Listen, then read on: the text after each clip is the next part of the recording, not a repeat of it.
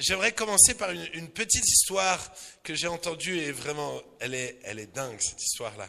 C'est l'histoire d'un businessman qui a acheté un bâtiment juste à côté d'une église. Et il a acheté ce bâtiment et il s'est dit, je vais en faire une discothèque. Une discothèque ouverte 24 heures sur 24, 7 jours sur 7, où les gens vont pouvoir, il y aura des striptease, il y aura tout ça. Et l'église à côté est choquée. Choquée de voir le bâtiment à côté d'eux devenir une discothèque, devenir un nightclub, et tout d'un coup, de l'église, de se dire, il faut qu'on fasse quelque chose. Et vous savez ce qu'ils ont fait? Ils ont organisé une réunion de prière. Ils ont dit, il faut qu'on prie pour ça.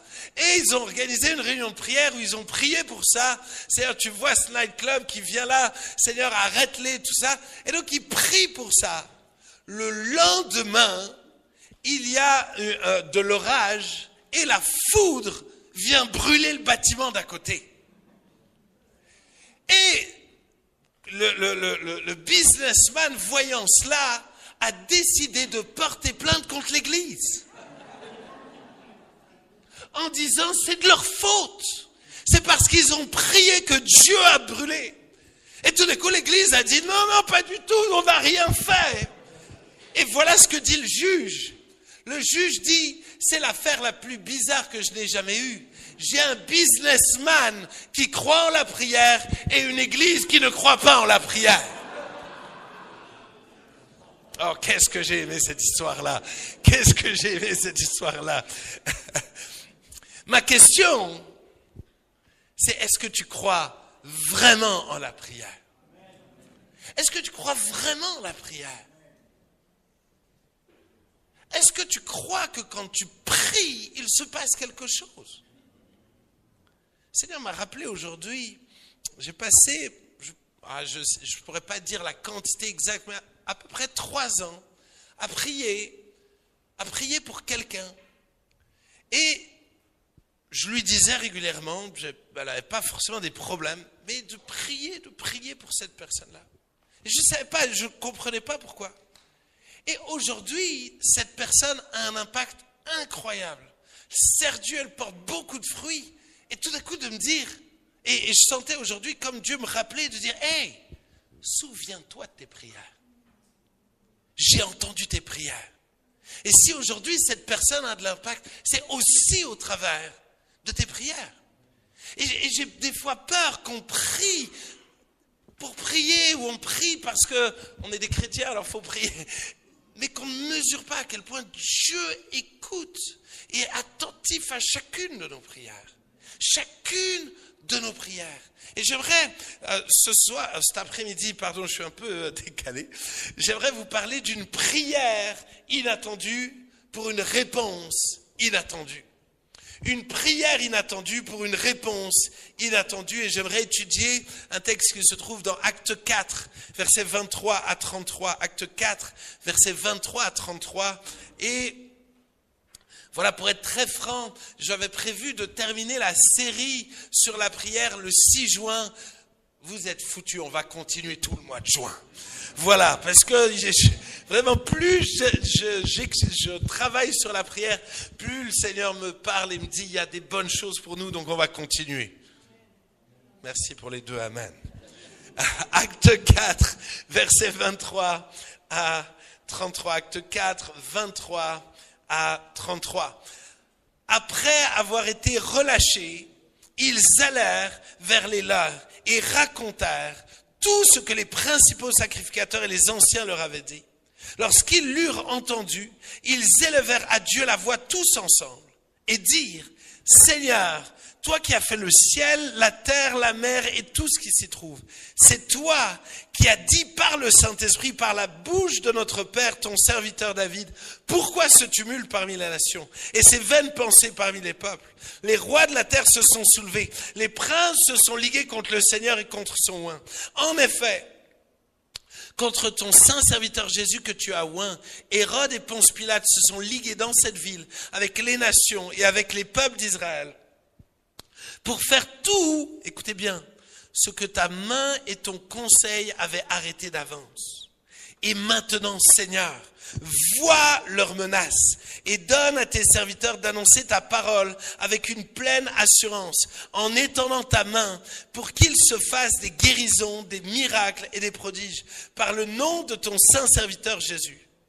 Quand ils eurent prié, le lieu où ils étaient assemblés trembla. Ils furent tous remplis du Saint-Esprit et ils annonçaient la parole de Dieu avec assurance.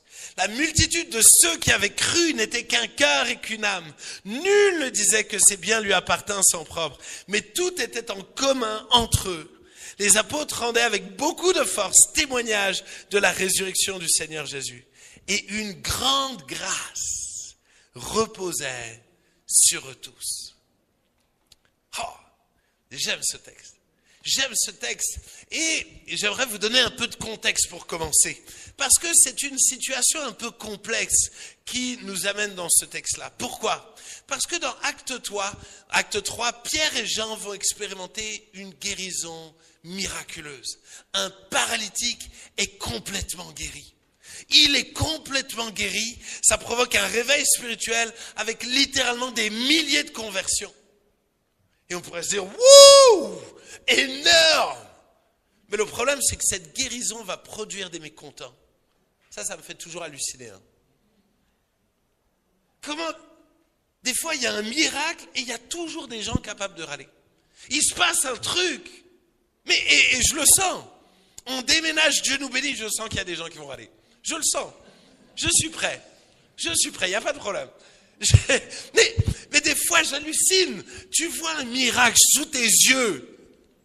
Tu n'as pas le droit de râler. Je veux dire, peut-être que tout n'est pas parfait. Mais je veux dire, là, tu as une guérison surnaturelle. Un gars paralysé, guéri, qui se lève, qui danse, qui saute. Et il y a des gens, ils crient. Ah non, c'est terrible. Mais pire que ça, c'est que tout d'un coup, ils vont les jeter en prison. Mais, attends, Pierre et Jean, ils ont honoré le nom de Jésus. Ils ont guéri un malade. Et les gars sont jetés en prison. On les menace. Mais c'est injuste. Enfin, je ne sais pas comment tu le vivrais. Mais moi, je me connais que si j'honore le nom de Jésus, je guéris un malade, et qu'on me jette en prison, je serais là en train de dire, mais vous êtes sérieux, quoi? Je vous fais du bien. Je suis en train de libérer vos hôpitaux qui sont saturés. Excusez-moi. Oh, je parlerai comme ça, vraiment, je serais insupportable. Mais c'est une injustice terrible. Moi, je ne sais pas comment tu vis l'injustice. Moi, je suis nul. Hein. Enfin, je suis en progrès, pardon, je ne suis pas nul. Je suis en travail. Voilà. Work in progress, ok? Je veux dire, je me soigne, d'accord? Je sens que je me soigne. Je vois des progrès, mais je suis pas un champion, d'accord? Je sais pas comment toi t'es. Mais des fois, face à l'injustice, j'ai envie de taper du poing sur la table et de rétablir la justice par moi-même. J'ai envie de crier sur tous les toits. Voilà, c'est ça la vérité. Je sais que je connais des gens qui vont s'isoler et nourrir de l'amertume. C'est injuste. Il n'a pas fait ça, il n'a pas dit ça. Ou au contraire, il m'a dit ça. Pourquoi il me dit ça? Pourquoi il fait ça? Moi, j'ai fait tout ce qui était bien. Moi, j'étais sérieux au travail et t'as vu comment on me récompense. Et alors, on nourrit de l'amertume. Moi, ce qui m'impressionne, c'est que ces gars-là, au lieu de se plaindre, au lieu de crier à l'injustice, ils vont prendre une décision d'être ferme, de dire « Hey, quoi que vous nous disiez, on ne s'arrêtera jamais de parler de Jésus. Vous pouvez nous menacer, nous jeter en prison, on ne s'arrêtera jamais. » C'est hallucinant à quel point ils vont être fermes. Ils auraient pu décider de devenir sages. On va se calmer, d'accord? On ne veut pas de problème. Mais eux, ils ne veulent pas se calmer. Ils sont déterminés à continuer d'être justement justes. à faire du bien autour d'eux, à proclamer le nom de Jésus. Ils ne lâchent pas sur ce qui est vraiment juste. Ils auraient pu se dire, non, on va mener une voie plus personnelle. On va moins afficher notre foi. Et toi, comment réagis-tu quand on dénigre ta foi, quand on se moque de ta foi? Comment est-ce que tu réagis dans ce monde laïque où on te dit la foi c'est pour chez toi? Fais pas trop de bruit. Toutes les fois où tu as l'impression que c'est injuste parce que tu es chrétien, on te met de côté. Et tu te sens seul. Comment est-ce que tu réagis? Je sais pas, j'ai deux mots que j'aimerais peut-être afficher. Le mot lapsi, je ne sais pas si ça vous parle, et le mot kakur kirishitan. Kakur kirishitan. Je ne sais pas si vous connaissez ces deux mots. Le mot lapsi veut dire ceux qui ont chuté. Vous savez qui sont ces gens? Ce sont les chrétiens du 1er siècle qui ont décidé face aux menaces d'arrêter d'être chrétiens, de peur d'être torturés, mis à mort, de peur d'être jetés en prison. Ils ont tout d'un coup décidé de dire « Hey, tout va bien, je vais me ranger. Je veux pas de problème. » On les appelait les lapsis. Et nous sommes en danger parfois de devenir des lapsis. On ne veut pas de problème. On ne veut pas de problème. Et donc tout d'un coup, nous n'avons pas besoin de prier parce que nous gérons par nous-mêmes les problèmes. Mais le deuxième mot, kakur kiri shitan, c'est du japonais, qui veut dire chrétien caché. Et ce mot apparaît au XVIIe siècle, alors que des milliers de chrétiens sont exécutés, forcés d'abjurer, et tout d'un coup, de plus en plus de gens, par peur des conséquences, deviennent des chrétiens cachés. Et ils se cachent avec des mélanges de bouddhisme, de shintoïsme. Tout d'un coup, on n'ose plus parler de notre foi à nos enfants, de peur que nos enfants parlent de leur foi à l'école. Et tout d'un coup, ces chrétiens cachés, finalement, perdent de plus en plus la foi parce qu'ils ne veulent pas de problème. Je prie Dieu que nous ne devenions jamais des lapsis et des kakur kirishitans. Je prie Dieu que je ne devienne jamais comme ça. Parce que, vous savez, quand on a commencé à parler à la mairie d'avoir une église, on nous a dit on ne veut pas d'église ici. Il n'y a plus de place pour des églises à Strasbourg. Nous sommes face à une société qui ne veut pas de Jésus. Nous sommes dans un monde où on te dit que tu n'as pas le droit de parler de Jésus sur ton lieu de travail. Et notre réflexe pourrait être de dire, ok, je me tais. Je veux pas de problème. Je veux pas de problème. Mais ce que j'aime avec Pierre, Jean et les chrétiens, c'est leur réflexe. Le bon réflexe. Voilà ce qu'ils font. Ils vont rassembler les chrétiens et ils vont partager ce qu'ils ont vécu. Première étape. Ils ne restent pas seuls.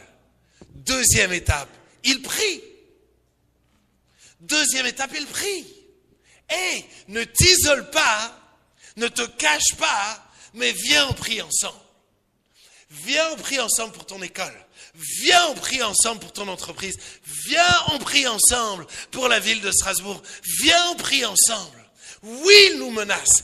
Oui, ils veulent nous faire taire. Mais nous allons prier.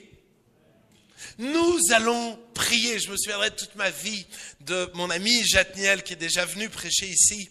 Mon ami Jatniel est devenu professeur de mathématiques en collège et le jour où il va pour rentrer, il vient me dire, mais par contre, je veux m'appliquer à ne jamais parler de Jésus. Je dis, ouais, Jaja, fais attention à ce que tu dis. Il dit, non, c'est la laïcité, je vais me mettre en difficulté. Je dis, Jaja, fais attention. Je dis, pourquoi? Parce que ce n'est pas la laïcité qui doit déterminer ce que tu dois faire ou ne pas faire. Nous devons obéir à Dieu plutôt qu'aux hommes. Si Dieu nous dit de parler de notre foi, alors nous devons le faire. Mais Dieu nous dit de parler de notre foi de la bonne manière. Allô? Voilà ce que je lui dis. Viens, on prie pour ça. Viens, on prie que Dieu t'ouvre les bonnes portes au bon moment. Viens, on prie que ce soit Dieu qui te conduise pour parler aux bonnes personnes au bon moment. Et au début, il était là en mode, ouais, mais... Et on a commencé à prier ensemble. Mais encore, ce matin, elle me disait, j'ai une de mes élèves qui est à ce rencontre, qui est en train de se convertir. Il a pu voir et amener plusieurs de ses élèves à Christ. Pourquoi? Parce qu'il a accepté à un moment donné d'être bousculé et de prier plutôt que de se la fermer. Il y a des gens, on va prier pour que tu te la fermes. C'est un autre problème. Parce que s'il y en a qui se cachent, il y en a qui sont insupportables. Tu casses les pieds à tout le monde et tu fais mal ton travail. Fais bien ton travail. Brille dans ton travail. Et écoute le Saint-Esprit. Arrête de casser les pieds aux gens. Voilà, s'il y en a parmi vous, joyeux Noël. Voilà. Mais je trouve ça... J'aurais plein d'histoires à vous raconter. Il faut que j'avance parce que je veux vraiment qu'on ait du temps pour prier à la fin. Donc j'avance. Et leur premier réflexe, donc c'est, ils en parlent ensemble, et ils commencent à prier. Et le texte dit qu'ils se mettent à prier à voix haute. Attends, on vient de les menacer en leur disant, hey, faut que tu arrêtes de parler de Jésus. Et eux, ils prient encore plus fort. C'est intéressant. On essaie de les faire taire. Et eux, ils choisissent de prier encore plus fort. Et vous avez remarqué comment plein de choses essayent de te faire taire. Essayent de t'empêcher de parler de Jésus, de prier. Et les chrétiens, en Occident, on est des fois de plus en plus timides. On n'ose pas faire une prière à voix haute. Qu'est-ce que les gens vont dire? Qu'est-ce qui va se passer? On a perdu notre fierté. Nous devons être fiers d'être chrétiens, fiers de notre Sauveur, fiers d'être chrétiens. Pourquoi? Parce que nous sommes la lumière du monde. Pas parce qu'on est meilleur que les autres, mais parce qu'on est une solution pour les autres, par la grâce de Jésus. Et donc nous devons prier à voix haute. Nous devons accepter d'oser prier à voix haute. J'aime les jeudis entre midi et 2 parce qu'on j'ouvre grand les portes et puis on prie. Et je vois que des fois les gens nous regardent. Yes, je suis fier de prier. Nous devons être fiers de prier, fiers d'être chrétiens. Et voilà, donc ils prient à voix haute. Et quel est le premier ingrédient de leur prière? Ils vont se tourner vers le Créateur du ciel et de la terre. Voilà un ingrédient quand tu pries. Ecclésiaste 12 dit, souviens-toi de ton Créateur. Quand tu pries, souviens-toi de ton Créateur. Mais tu trouves ça dans toute la Bible. Dans toute la Bible, par exemple. 2 Rois 19, versets 14 à 16. Ézéchias prit la lettre de la main des messagers, c'était une lettre de menace, et la lut. Puis il monta à la maison de l'Éternel et la déploya devant l'Éternel, à qui il adressa cette prière. Éternel, Dieu d'Israël, assis sur les chérubins, c'est toi qui es le seul Dieu de tous les royaumes de la terre. C'est toi qui as fait les cieux et la terre. Éternel, incline ton oreille et écoute. Éternel, ouvre tes yeux et regarde. Entends les paroles de menace de Sanchérib qui a envoyé Rabtchaké pour insulter le Dieu vivant.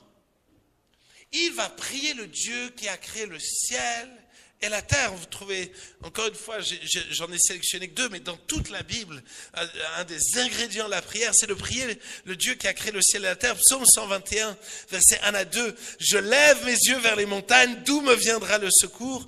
Le secours me vient de l'Éternel qui a fait les cieux et la terre. Alors tu me diras, mais pourquoi prier le Créateur du ciel et de la terre alors qu'on a le nom de Jésus? Dans Acte 4, ils ont le nom de Jésus. Mais il prie le Dieu créateur du ciel et de la terre. Et si tu peux lancer la vidéo numéro 1 et le son, si on peut le mettre pas trop fort. Mais j'aimerais vous dire 10 raisons pour lesquelles on prie le Dieu créateur du ciel et de la terre. La première chose, c'est que Dieu est avant tout.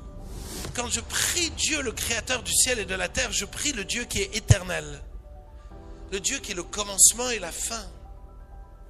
Deuxième chose, c'est qu'il est l'auteur de la vie, de toutes choses. Ainsi, Dieu peut créer la vie à partir de rien. Ainsi, quand je prie le Dieu créateur du ciel et de la terre, je sais qu'il peut créer toutes choses nouvelles. Mon troisième point, c'est quand il parle, la chose arrive. Il est le Dieu qui parle. Il y a une puissance dans le fait de parler. Il lui suffit de parler et la chose arrive. Quatrième point, c'est que le chaos fait partie de la création. Dieu n'est pas dépassé par le chaos, il sait le maîtriser et le changer en œuvre d'art. Dieu n'a pas peur du chaos. Ainsi, quand je prie le Dieu créateur du ciel et de la terre, je peux me souvenir qu'il ne fait rien au hasard. Il est capable de créer des saisons. Tout fait partie d'un plan bien orchestré, un écosystème parfait. Il rend les choses ordonnées et interdépendantes. Rien n'est autonome sur cette terre. Ainsi, je sais que ce qu'il permet fait partie d'un écosystème qui est bon pour moi. Ensuite, je peux me souvenir qu'il fait toutes choses belles en son temps. Là où il pourrait faire toutes choses d'un seul coup, il agit au travers d'un processus comme lors de la création, où il a su créer toutes choses avec un rythme, avec un ordre. J'aime le fait de considérer qu'il est le Dieu de l'infiniment grand et de l'infiniment petit. J'aime alors que je considère la création qu'il est celui qui se préoccupe des oiseaux du ciel. Il se préoccupe des dauphins, des poissons dans l'eau. Il se préoccupe d'eux, alors à combien plus forte raison il va se préoccuper de moi. J'aime ce Dieu qui a fait un bilan à chaque fois qu'il a créé quelque chose. Ce Dieu qui sait s'arrêter pour faire un bilan de nos vies. Qui n'est pas en train d'être dans sa planète, mais qu'il a son regard sur nous. J'aime la création qui me rappelle qu'il est tout puissant. Tout puissant pour donner la vie. Tout puissant pour opérer des miracles.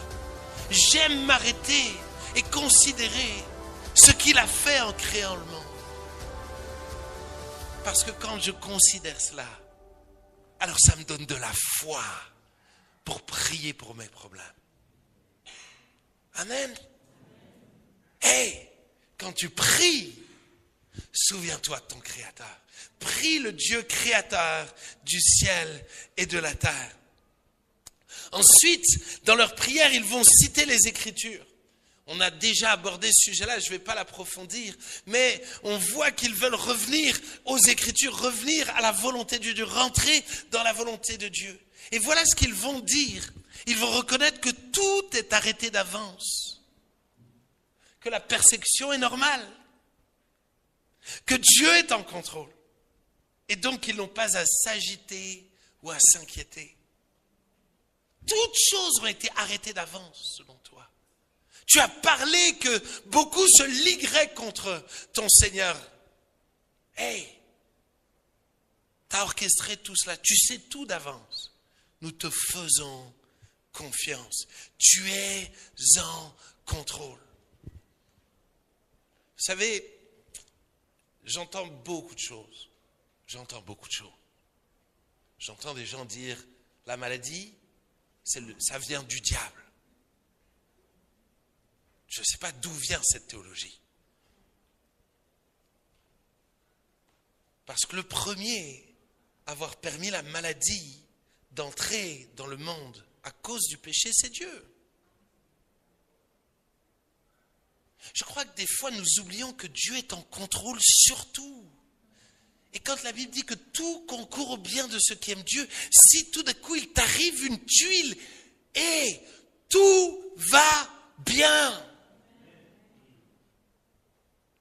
Il sait ce qu'il fait. Il t'aime trop pour vouloir te détruire, te faire du mal.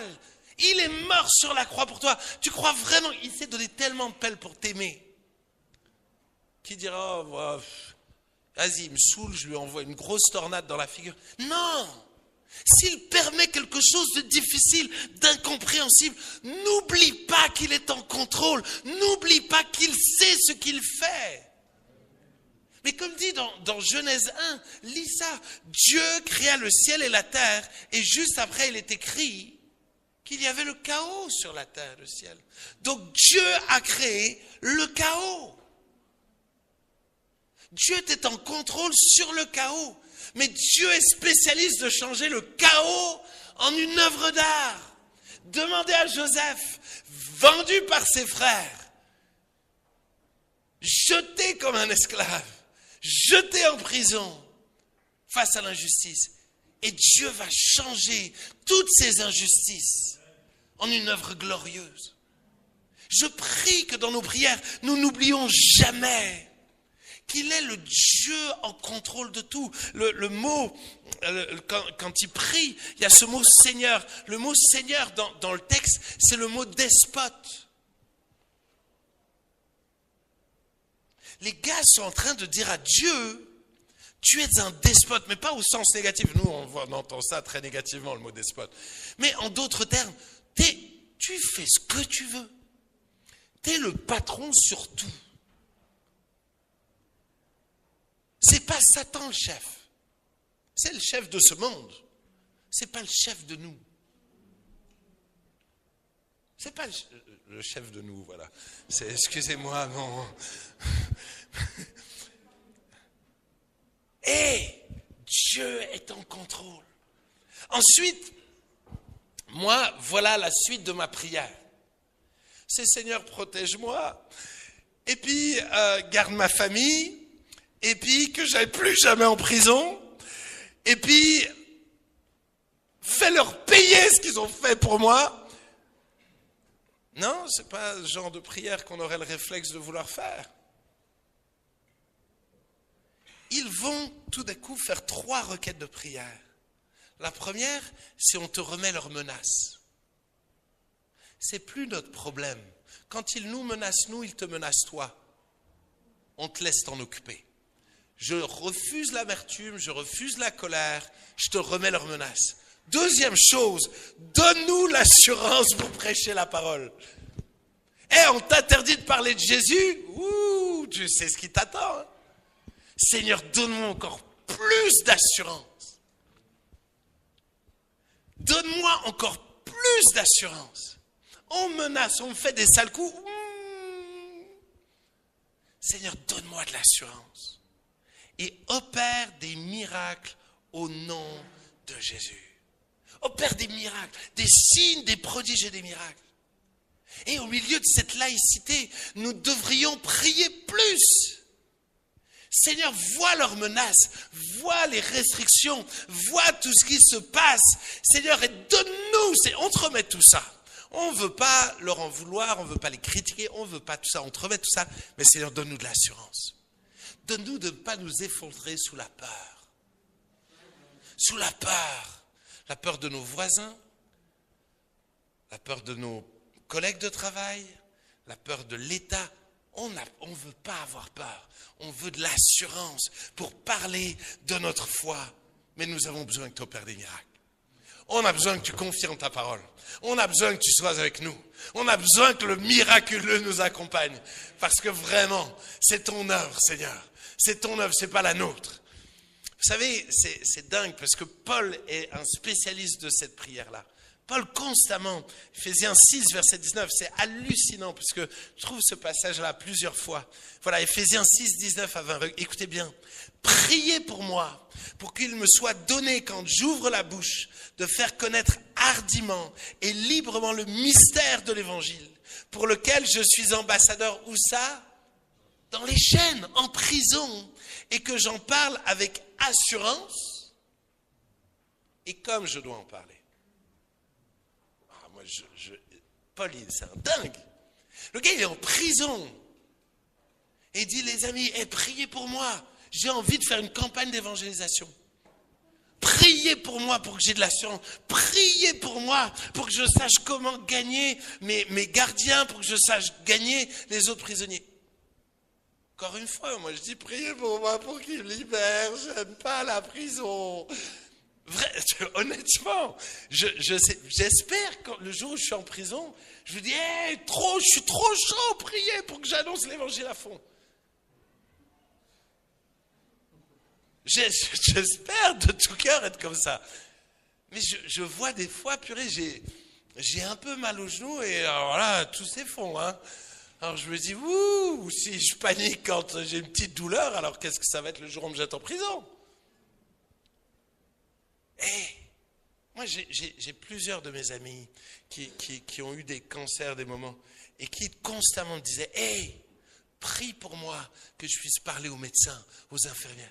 Ils ne me disaient pas de prier pour qu'ils soient guéris.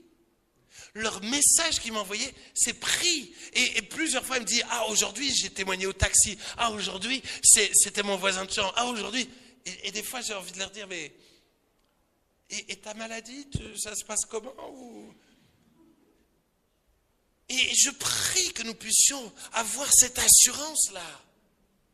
Avoir ce cœur-là, de dire, Dieu, vois leurs menaces, oui, vois ma maladie, vois mes difficultés, je te donne ça. Mais donne-moi de l'assurance. Donne-moi de l'assurance. Donne-moi de t'obéir. Donne-moi de te servir. Dans un monde qui va en enfer, je ne veux pas perdre de vue la réalité et l'importance d'annoncer l'évangile. Je ne veux pas passer à autre chose. Je ne veux pas juste avoir un christianisme centré sur moi-même. Je veux être réellement cette lumière du monde et ce sel de la terre. Je posais la question hier, je faisais un workshop sur la mission. Et je leur ai posé une question, mais je leur ai demandé de ne pas répondre à voix haute. Je vais vous faire la même recommandation. Mais j'aimerais que vous puissiez vraiment répondre dans vos têtes. Pourquoi est-ce que tu respires?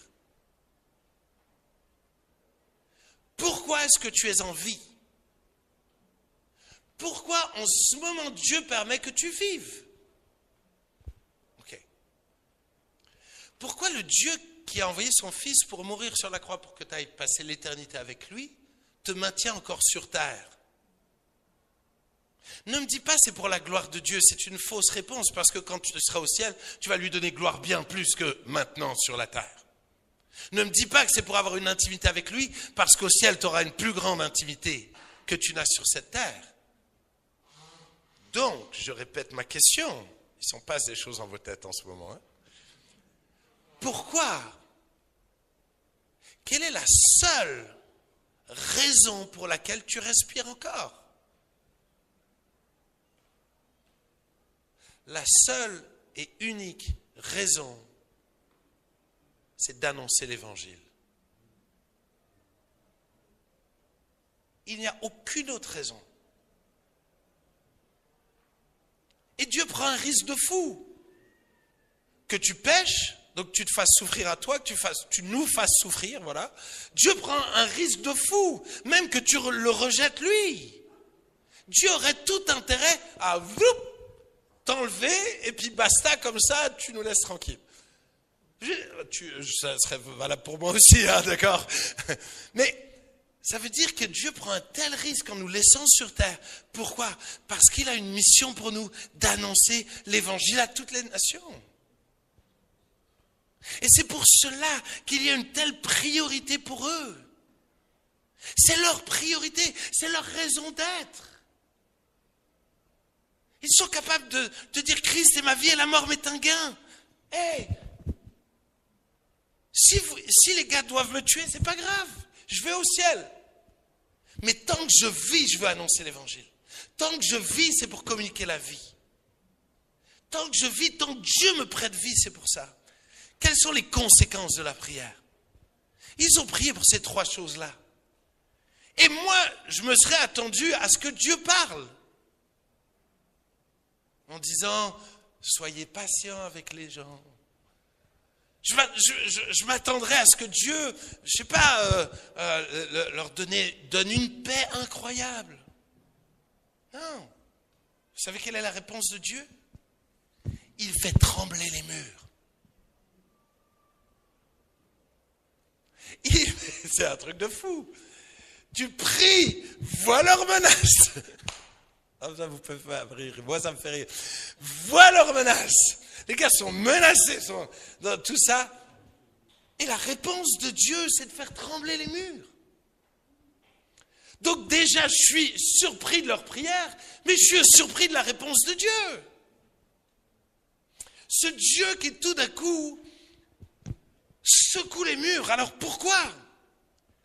Parce que c'est une spécialité de Dieu. De la même manière qu'il faut toujours et constamment prier le Créateur du ciel et de la terre, Dieu répond toujours en faisant trembler les murs. Vous trouvez ça dans Exode 19, où le mont Sinaï tremble lorsque Dieu descend pour parler à Moïse. Dans Ésaïe 6, quand Dieu se révèle à Ésaïe, les portes tremblent lorsqu'il voit la gloire de Dieu. Je voudrais vous parler de Matthieu 27. Au moment de la mort de Jésus, la terre tremble. Dans Matthieu 28, la terre tremble au moment de la résurrection de Jésus. Dans Acte 16, vous connaissez la prière de Paul et Silas, où la prison tremble. Dieu aime faire trembler les choses quand il veut faire quelque chose de spécial. Pourquoi?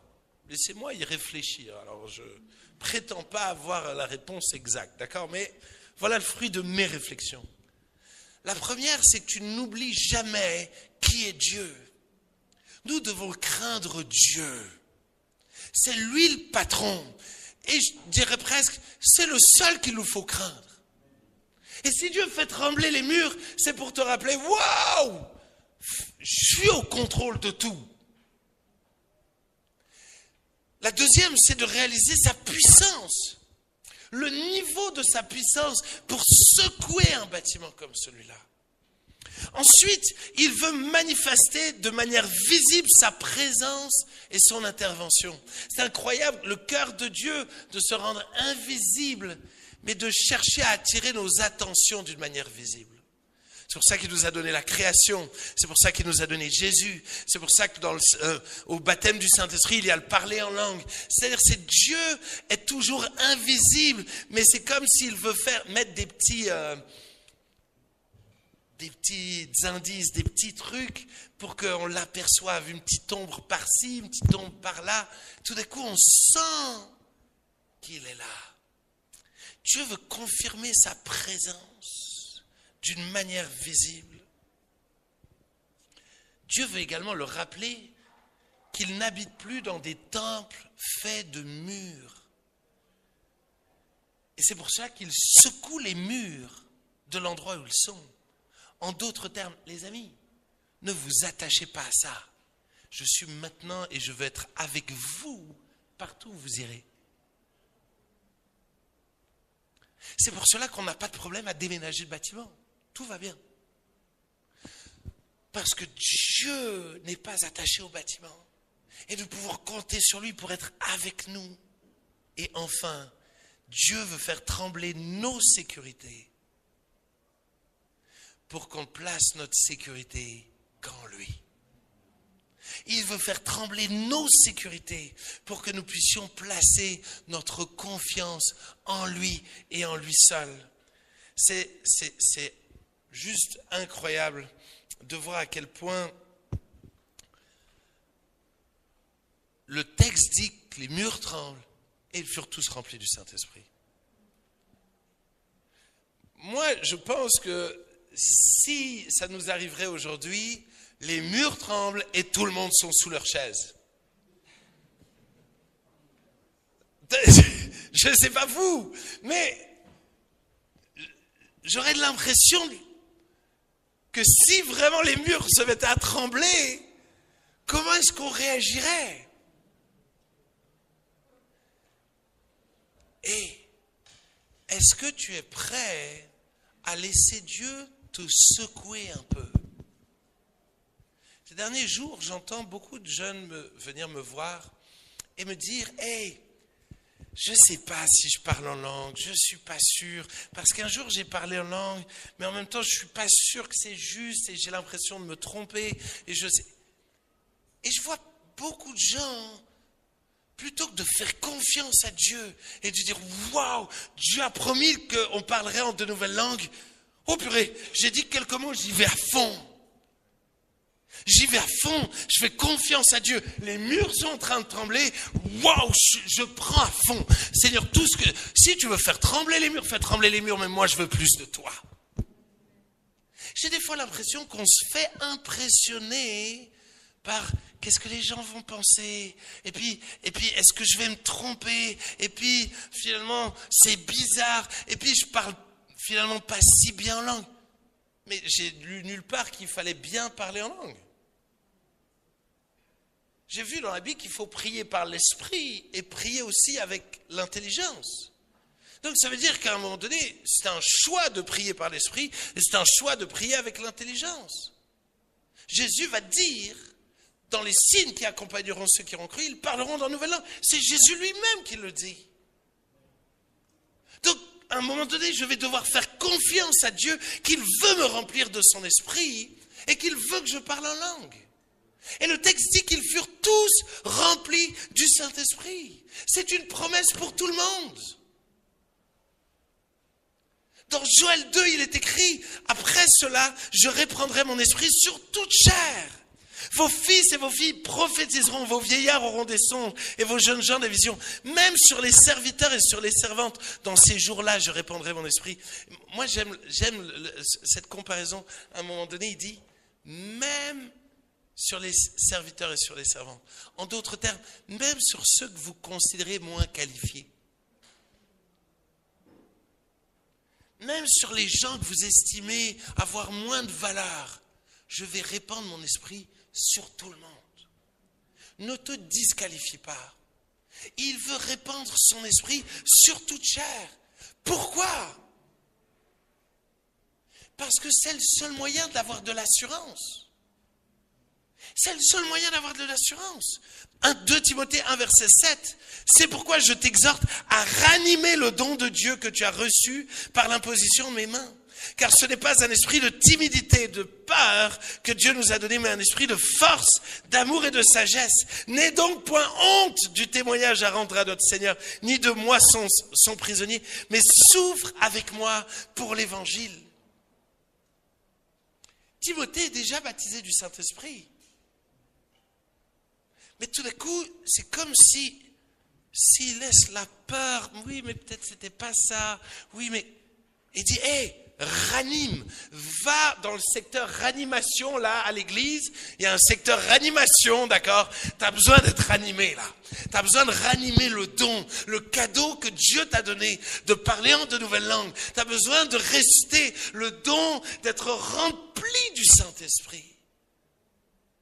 Et j'aimerais encourager tous ceux qui, si un jour tu as parlé en langue, ou si un jour tu as vécu quelque chose, ranime cela. Si tu l'as jamais vécu, cherche-le. Cherche-le. C'est le seul moyen d'avoir de l'assurance. C'est le seul moyen de briller. Acte 1, verset 8 dit, mais vous recevrez une puissance, le Saint-Esprit, survenant sur vous, et vous serez mes témoins. Le seul moyen d'être témoin dans ce monde de persécution, le seul moyen de servir Dieu et de briller dans ce monde, c'est d'être rempli du Saint-Esprit. Mes amis, vous savez, j'ai grandi à l'église La Porte Ouverte. Et depuis que je suis petit, j'entends des gens critiquer La Porte Ouverte. Parce qu'on croit au baptême du Saint-Esprit, parce qu'on va en parler en langue. Et tout le temps, le même discours. Ça va choquer les nouveaux. Les gens ne viendront plus dans votre église va s'écrouler. Depuis que je suis tout petit. Faut réviser vos prophéties, parce que les nouveaux se convertissent en pagaille. Et on voit la gloire de Dieu. Et les signes, les prodiges et les miracles continuent. Je dirais, à un moment donné, il nous faut être sérieux. Il nous faut être sérieux avec le Saint-Esprit. C'est pas juste. Des fois, j'ai l'impression qu'on parle du Saint-Esprit. Attendez, David est revêtu du Saint-Esprit. Moïse est revêtu du Saint-Esprit. Daniel est revêtu du Saint-Esprit. Tous les hommes de Dieu dans toute la Bible ont une part du Saint-Esprit. Et toi, tu veux me dire, Oui, non, mais bon, voilà, ça passe. Les amis, oui, on est sauvés par la grâce de Dieu et c'est le Saint-Esprit qui te convainc de pécher, pas de problème, c'est le Saint-Esprit qui t'a révélé Christ, pas de problème. Mais le baptême du Saint-Esprit est un événement clé. Regardez ce que la Bible dit, Acte 2, verset 33. Élevé par la droite de Dieu, il a reçu du Père le Saint-Esprit qui avait été promis et il l'a répandu comme vous le voyez et l'entendez. Le Saint-Esprit, le baptême du Saint-Esprit se voit et s'entend. Tu ne peux pas me dire que tu es baptisé du Saint-Esprit si rien ne change. Il y a un impact quand tu es rempli du Saint-Esprit. La bouche parle de ce que le cœur déborde. Et c'est pour cela qu'on voit dans Acte 8, dans Acte 10, dans Acte 19, constamment ils sont baptisés du Saint-Esprit et ça se voit. J'aime tellement cette histoire de Simon le magicien. Il voit les apôtres donner le Saint-Esprit et le gars il pète un câble. Pourtant le gars il faisait des grands prodiges. Il dit wow, ça je le veux. Votre truc là, c'est un truc de malade. Je suis prêt à payer pour recevoir votre truc. Simon le magicien qui fait des grands prodiges, il dit non, mais ça c'est meilleur que tout le reste. Et des fois nous on est là, oui, si je l'ai c'est bien, si je l'ai pas, c'est pas grave. Mais c'est pas une question de valeur. Comprenez bien, oui t'es sauvé, oui Jésus t'aime. Mais imaginez, c'est comme si ma fille, je me dis, ok, il lui faut des habits pour aller au travail, à l'école. Excusez-moi, Seigneur, je n'exploite pas ma fille, d'accord, tout va bien. Mais même si elle ne le veut pas, moi je veux son bien, mais si elle ne le veut pas, ça ne veut pas dire que je ne l'aime pas. Bien sûr que je l'aime, c'est ma fille. Mais je veux la revêtir pour la bonne journée qui l'attend. Je veux la revêtir pour qu'elle puisse profiter de sa journée. Ma femme dirait, je veux bien la revêtir pour qu'elle n'ait pas froid. Moi, je veux qu'elle soit à l'aise, voilà. Mais on a des perspectives différentes. Mais vous comprenez, c'est que Jésus veut nous revêtir de son manteau pour que nous puissions affronter ce monde, pour que nous puissions avoir de l'assurance face aux menaces, pour que nous puissions avoir de l'assurance dans le fait d'annoncer l'évangile. Nous avons tellement besoin de ce revêtement. Alors c'est sûr, tu peux sortir en finette avec ton petit pyjama. Allez, oui, bien sûr, tu peux sortir. Mais c'est dommage. Parce que c'est pas adapté. C'est pas adapté à la vie qui t'attend. J'oublierai jamais, tu peux mettre la photo numéro 2. J'oublierai jamais cette jeune fille, Johanna. On est parti au Sénégal. Des années. Johanna vient me voir avant le voyage en me disant, moi, je témoigne à personne, je prie pour personne. Moi, je viens juste pour observer. Et d'habitude, je suis plutôt du genre très challengeant, mais je la laisse tranquille. Je ne sais pas pourquoi, mais j'ai une crise de gentillesse ce jour-là. Et donc, je réagis pas vraiment à ce qu'elle me dit. Et un matin, alors qu'on allait commencer un The Rencontre au Sénégal, Dieu me dit de prêcher sur le baptême du Saint-Esprit. Et voilà ce que Dieu me dit. Dieu me dit, tu ne pries que pour un jeune homme. Pour tout le reste, ils vont prier les uns pour les autres. Et moi, je prie pour ce jeune homme-là. Et après avoir prié pour ce jeune homme-là va prier pour elle. Écoutez bien. Tout d'un coup, quand il vient vers elle se retrouve prisonnière. Et donc, lui prie pour elle. Et donc, tout d'un coup, lui, il s'arrête de prier en attendant qu'elle prie pour lui. Et elle est là, hyper gênée, en mode, moi, je ne suis pas venu pour prier. Mais tout d'un coup, elle se dit, j'ai pas le choix, il est juste là. Écoutez bien, elle veut commencer à prier en français, sauf qu'il y a une autre langue qui sort de sa bouche. Et tout d'un coup, elle-même est choquée d'elle-même. Donc elle éclate de rire. En mode genre, oh, qu'est-ce qui m'arrive, genre. Et tout d'un coup, elle commence à parler en langue. Écoutez bien. Le soir même, elle prend le micro, elle témoigne devant plus de 300 jeunes. À la fin de la réunion, elle prie pour les gens, les démons se manifestent et elle chasse les démons. Le soir même, cette jeune fille, timide, je veux rien faire, je veux parler à personne, remplie du Saint-Esprit, bouleversée. Les amis, j'ai été baptisé du Saint-Esprit, j'avais 9 ans. Ma vie a été bouleversée, mais j'avais besoin de ça. J'étais sans mon père, j'avais besoin de ce revêtement. Et le Saint-Esprit m'a accompagné toutes ces années. Et Dieu merci qu'il était avec moi. Il m'a donné cette assurance de tenir ferme, de résister toutes ces années.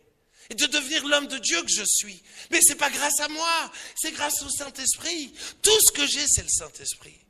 Et il aimerait te remplir du Saint-Esprit. Je termine.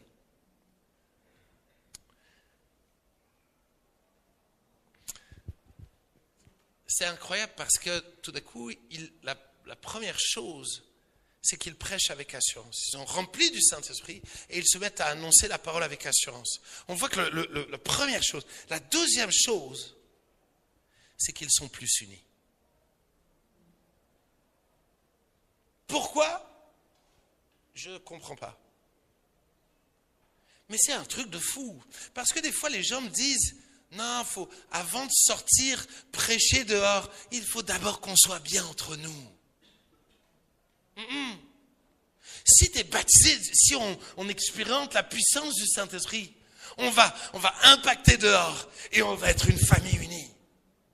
Je crois que quand la puissance du Saint-Esprit se manifeste dans une église, alors on impacte la société et on devient une famille unie. Tu n'as pas à mettre les deux en opposition. Je suis convaincu que si nous laissons le Saint-Esprit nous visiter, si nous laissons la puissance du Saint-Esprit se manifester dans nos vies, alors nous allons avoir on va déborder d'envie d'annoncer l'évangile. On va inviter des milliers de gens à rencontrer Jésus. Et on va être une famille hyper unie. On va se rendre des services. On va mettre tout en commun. Mais il n'y a que l'œuvre du Saint-Esprit qui peut faire ça. Hein. Excusez-moi. Hein. Mais mettre tout en commun comme ils l'ont fait, il n'y a que le Saint-Esprit. Hein. Hello? Ah, on a déjà du mal à s'inviter à manger, alors imaginez mettre tout en commun. Wouhou! Je veux dire, hey! C'est pour cela que nous avons besoin de la puissance du Saint-Esprit. Est-ce que tu as déjà entendu parler de Hernout? Aujourd'hui, j'avais à cœur de vous apprendre des petits noms. Hernout, ça dit quelque chose à quelqu'un? Personne? Hernout, c'est un petit village paumé d'Allemagne. Un village paumé d'Allemagne. Écoutez bien. Ce village paumé, c'est un endroit où des réfugiés chrétiens vont débarquer parce qu'ils sont persécutés. Ce sont des Moraves, des frères Moraves qui sont persécutés et qui vont fuir dans ce petit village. Et il y a là un conte, le conte de Zinzendorf. Je ne sais pas si je le prononce bien, hein, d'accord? Pas ma langue natale. Nikolaus von Zinzendorf. Ça sonne bien en tout cas. Et ce conte-là, voyant ces chrétiens finalement qui étaient persécutés, chercher du secours, et malheureusement ces chrétiens en cherchant du secours commencent à se disputer. Il commence à y avoir de la rivalité, il commence à y avoir tout ça. Et tout d'un coup, ce conte-là va aller chez les uns et chez les autres. Je vais reprendre mes notes là que je me suis notées tout à l'heure. C'est délicieux là de lire ça. Et voilà ce qu'il va dire. Il va dire, hé les amis, la seule chose que nous devons faire, c'est prier. Nous devons prier, arrêtez de vous disputer. Je comprends votre persécution, je comprends tout ça. Hé, venez, on fait une pause et on prie. Et il va organiser une prière, écoutez bien, le 13 août 1727, en plein milieu de l'été, le Saint-Esprit se manifeste. Ils sont visités par le Saint-Esprit. Les cœurs sont brisés, il y a des demandes de pardon. Tout d'un coup, il y a des réconciliations. Les gens se mettent à parler en langue. C'est un truc de fou. Tout d'un coup, il y a un amour qui est né. Écoutez bien, à partir de ce jour-là, pendant 100 ans, il va y avoir une réunion de prière non-stop pendant 100 ans, 24 heures sur 24, pendant 100 ans. Ils étaient, on estime, ils étaient 300. Écoutez bien. C'est-à-dire qu'ils vont se relayer pendant 100 ans, à prier chaque heure pendant 100 ans. Ils sont 300. Ils ont envoyé plus de 1000 missionnaires partout dans le monde. Pourquoi? Parce que le Saint-Esprit va les réunir, ils vont prier, le Saint-Esprit va les réunir, leur donner du zèle pour la prière et les envoyer dehors. Je lisais cette histoire, je suis désolé, il faut qu'on prie, mais j'aime trop cette histoire, c'est un truc de fou. Tout d'un coup, il y a 2 Moraves qui vont partir, qui veulent partir dans une île des Caraïbes qui ne contient que des esclaves. Mais le propriétaire refuse qu'ils aillent parler de Jésus là-bas. Écoutez bien, ils vont alors décider de devenir esclaves pour gagner ces gens-là. Ils vont perdre leur liberté pour devenir esclaves, aller dans cette île-là, ils vont prêcher l'évangile et c'est plein d'esclaves qui vont se tourner vers Jésus. Mais tout a commencé par un temps de prière. Tout commence par un temps de prière. Fermons nos yeux, c'est parti.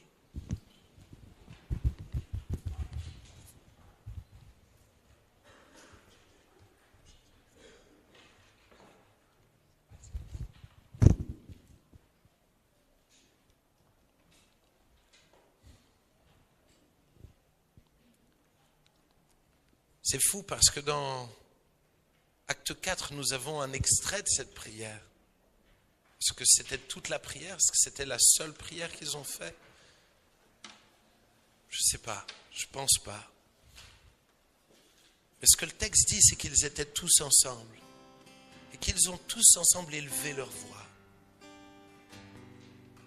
En d'autres termes, ils avaient tous soif. Ils avaient tous soif de voir Dieu agir. Ils avaient tous besoin que Dieu agisse.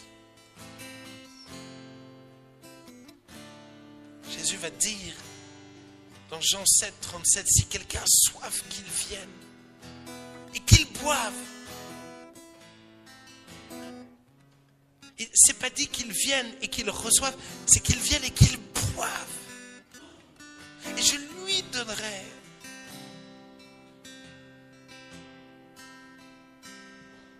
l'eau de la vie. Et alors des fleuves d'eau vive couleront de son sein. Le temps est venu pour toi de t'approcher de Dieu et de boire et de saisir les promesses de Dieu. Viens boire. Il a déjà envoyé son esprit. Son esprit est là, il veut te remplir. Il connaît tes souffrances, il connaît ta maladie, il sait tout ce que tu traverses, il connaît les menaces, il connaît tes prisons, il connaît tout de toi. Remets-lui cela.